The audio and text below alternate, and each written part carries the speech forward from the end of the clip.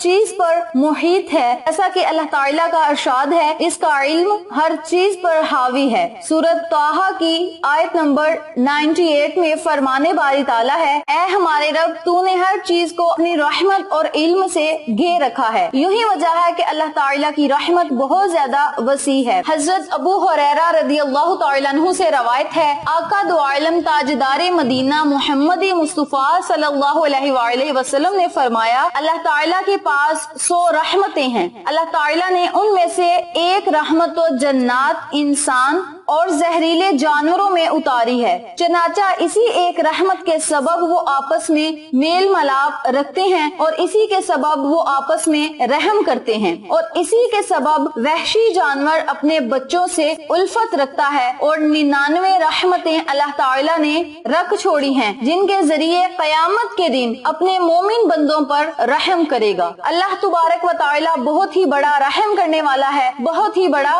مہربان ہے۔ بخاری، مسلم اور مسلم نے ایک روایت حضرت سلمان رضی اللہ تعالیٰ عنہ سے اس کے مانند نقل کی ہے کہ اس کے آخر میں یہ الفاظ بھی ہیں، آپ صلی اللہ علیہ وآلہ وسلم نے فرمایا، پس جب قیامت کا دن ہوگا تو اللہ تعالیٰ ان 99 رحمتوں کو اپنی رحمت کے ساتھ جو دنیا میں اتاری گئی ہیں پورا فرما دے گا۔ مسلم کی دوسری روایت سے یہ بات ثابت ہے کہ قیامت کے دن وہ ایک رحمت بھی بندوں کے شامل حال رہے گی جو دنیا میں اتاری گئی، اسی طرح ایک رحمت دنیا والی اور 99 رحمتیں جو قیامت کے دن کے لیے حق تعالیٰ نے مخصوص کر رکھی ہیں، یہ سب مل کر پوری 100 ہو جائیں گی۔ حضرت ابو ہریرہ رضی اللہ تعالیٰ عنہ سے روایت ہے کہ آقا علیہ الصلوۃ والسلام نے فرمایا، اللہ تعالیٰ نے جب میثاق کے دن مخلوق کو پیدا کرنے کا ارادہ فرمایا، جب مخلوق کو پیدا کرنا شروع کیا تو ایک کتاب لکھی، یعنی فرشتوں کو وہ کتاب لکھنے کا حکم دیا یا قلم کو لکھنے کا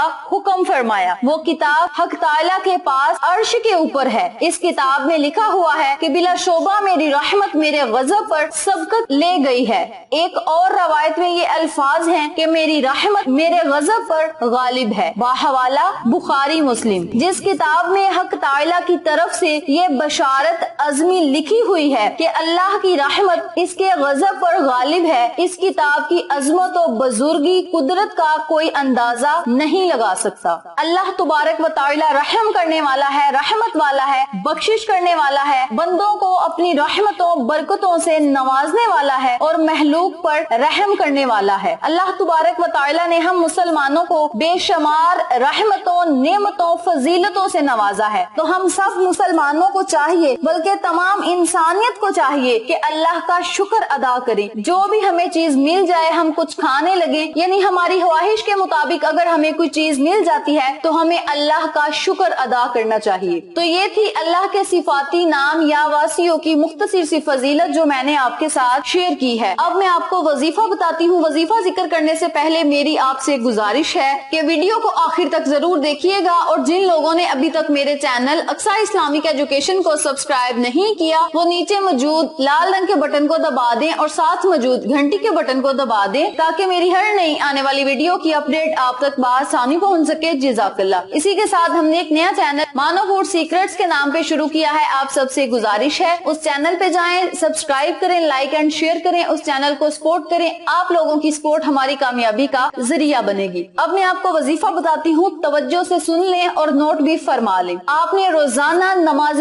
عشاء ادا کرنے کے بعد 100 مرتبہ یا اللہ یا واسیو کا ورد کرنا ہے۔ اس کے اول اور آخر آپ نے 11 مرتبہ درود پاک پڑھ کے بارگاہ الہی میں خصوصی دعا کرنی ہے۔ یاد رکھیں، اگر آپ نماز عشاء کے بعد اس عمل کو نہیں کر سکتے تو آپ اس عمل کو نماز عصر ادا کرنے کے بعد بھی کر سکتے ہیں، یہ آپ کی اپنی مرضی ہے۔ یا تو اس عمل کو آپ نے نماز عصر کے بعد کرنا ہے یا پھر نماز عشاء کے بعد کرنا ہے۔ اس عمل کو جب آپ نے کرنا ہے تو اللہ تبارک و تعالی سے آپ نے اپنے رزق کے لیے، دولت کے لیے، عزت کے لیے، کامیابی کے لیے خصوصی دعا کرنی ہے۔ دعا آپ نے اس طرح کرنی ہے کہ مولا ہم پر رزق کے بند دروازوں کو کھول دے، ہمارے رزق میں بے بہا برکتیں، رحمتیں عطا فرما، ہمیں کسی کا محتاج نہ بنانا سوائے اپنے۔ مولا تیرے خزانوں میں کسی چیز کی کمی نہیں، تو ہمیں اپنے خزانوں سے عطا کر، اور اتنا عطا کر کہ ہم تیرے دیے ہوئے میں سے تیری راہ میں خرچ کریں، غریب لوگوں کی